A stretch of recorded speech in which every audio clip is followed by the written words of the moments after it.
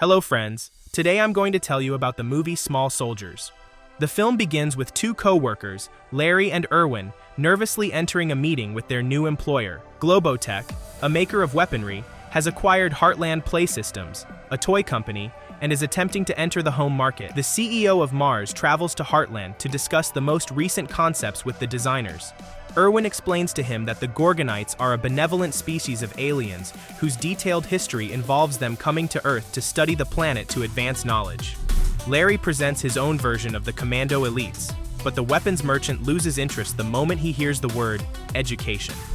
Although it is merely an interactive military figure, Mars gets a concept from the way it is presented, punching its way out of its container. He decides to go with both lines of figures, portraying the innocuous Gorgonites as the Commando Elite's adversaries. Irwin is worried when Ms. Kegel sets the designers a 3-month deadline and passcodes to Globotech's sophisticated database. However, Larry reassures her that it can be completed. That evening, Larry searches the database for a regular computer chip, but discovers all of the action figures are equipped with military-grade intelligence chips instead. Meanwhile, a delivery man walks by while young Alan is working at his father's toy store.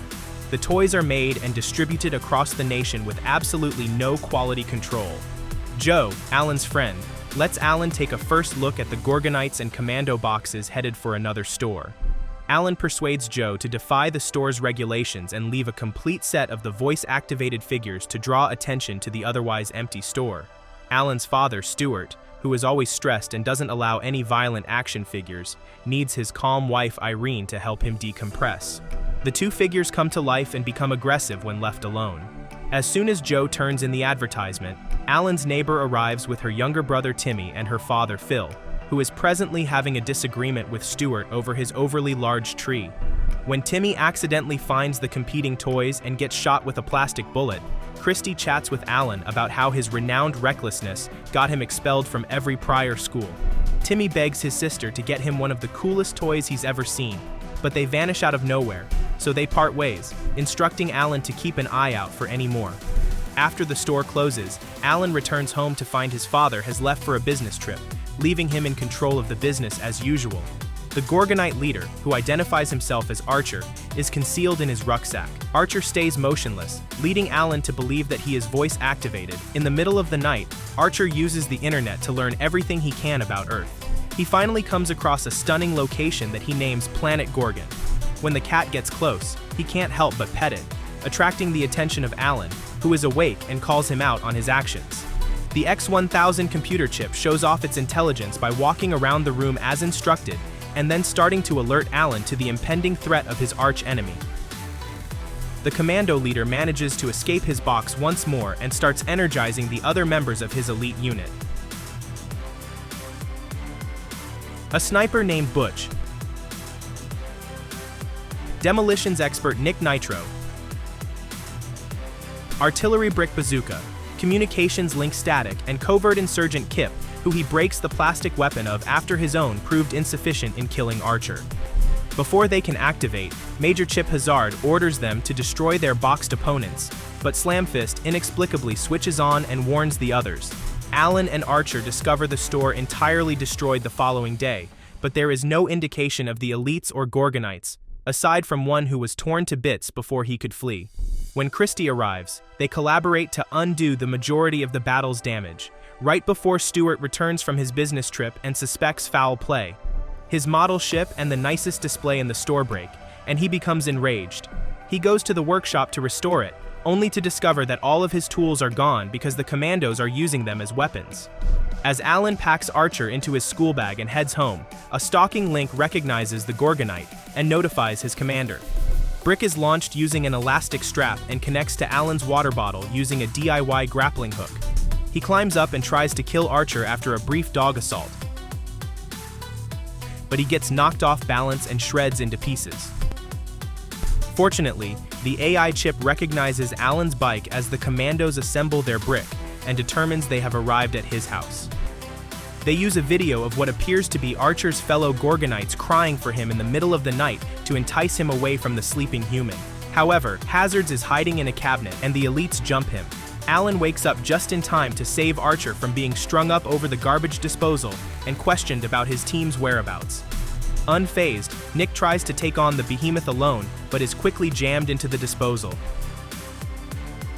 As Alan is sidetracked by the chaos surrounding his parents' awakening, Nick pulls his paralyzed body out of the window behind him.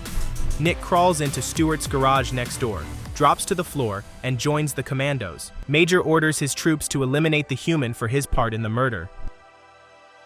As Nick's battery runs out in Chip's arms, the commandos start transforming their surroundings into vehicles and weaponry for the impending conflict. Archer realizes the Gorgonites must still be alive because the commandos are still searching for his squad. They start exploring the toy store and discover the live Gorgonites hiding back inside the trash, scared but with radio parts and pieces of the wrecked Troglodyte rebuilt as the dim-witted Frankenstein. Back at Alan's place, Slamfist and the silent cycloptic Gorgonite, Ocula, watch TV. Punch searches for pictures of their homeworld on the computer using Freakenstein, while Scratchit amuses the cat and is utilized to fire from Punch's horn. Link taps the phone during their recon and learns about Alan's relationship with Christy. As Christy's father shows his wife, Marion, the newest in 720p glory, the little troops enter and detect the threat. After knocking the two unconscious with a mousetrap and some sleeping pills, they climb up to Christy's room. While she's out with a friend, they see that she has a lot of Gwendy dolls. They all ask for 3 days off for relaxation, but Chip turns them down due to other, more urgent issues. They overwhelm Timmy and tie up the weakling as he comes in, believing his sister gave him the entire collection. After extracting Nick from the little body bag, the Major uses the X-1000 chip from his head to transform Christy's bedroom into his own Frankenstein's laboratory, bringing forth an army of Gwendy dolls to serve as reinforcements. When Christy finally makes it home, her parents are asleep and she is missing her brother, who is gagged in the closet. By the time she reaches her bedroom, the procedure has partially melted her dolls, transforming them into the Commandos' very own Sisters of War. When Christy's visiting boyfriend, Brad, hears her crying, he enters the house and the enraged dolls all attack him at once, sending him fleeing from the house. The Commandos make a hostage video, threatening to kill the girl if the Gorgonites don't comply. Then Alan reappears with a box of Gorgonites in which they beg for their lives. In reality, he and Archer are executing his rescue plan. He sends the messenger skyward and parachutes into the chimney while the Commandos are preoccupied with the box. Alan unlocks his rear door, and the two slip by Chip while the troops plant a stick of TNT inside the box, blowing its contents sky high. When the smoke clears, it becomes evident that everything was staged. Upon discovering Christy bound in her room, the horde of Gwendy dolls that set up a trap for Alan attacks him. Christy saves Alan with a golf club when Archer releases her, narrowly avoiding a nail piercing his eye.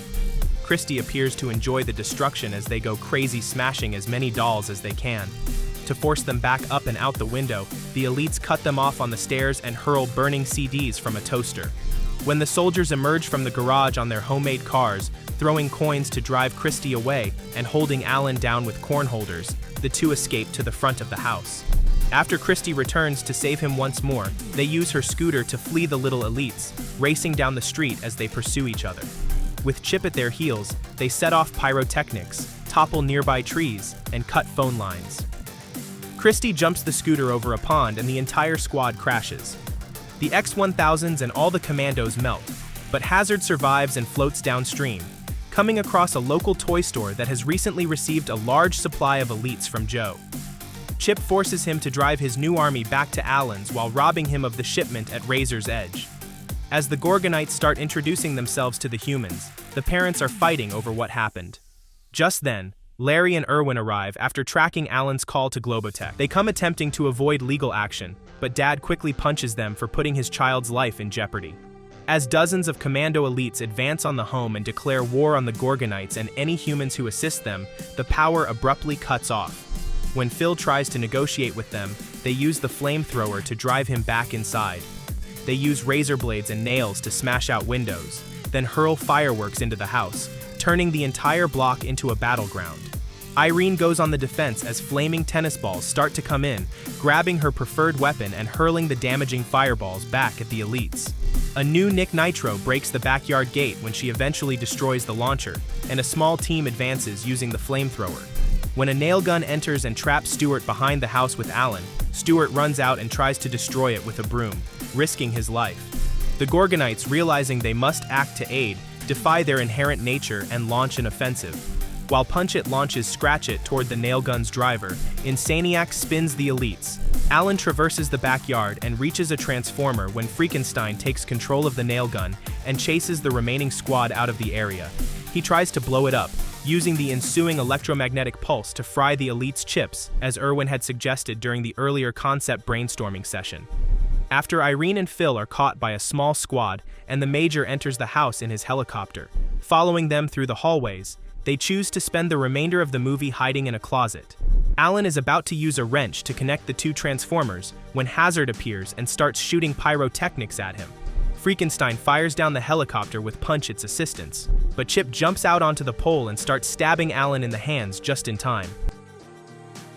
With the aid of Insaniac and his wrist launcher, Archer launches himself upward to face his formidable foe once more. Due to Archer's lack of fighting skills, he is quickly vanquished and sent crashing to the grass below. This allows Alan enough time to grab the Major and place him between the two transformers. Alan is besieged by the remaining army of elites and Gwendy dolls, while Hazard is electrocuted, but Christy, perched atop her father's lawnmower, saves him. At that moment, the transformer blows up, unleashing an electromagnetic pulse that destroys all the X-1000s in the neighborhood. Stewart, ensnared in a web and on the verge of death, is saved when his Kip Killigan attacker's chip is fried by the EMP.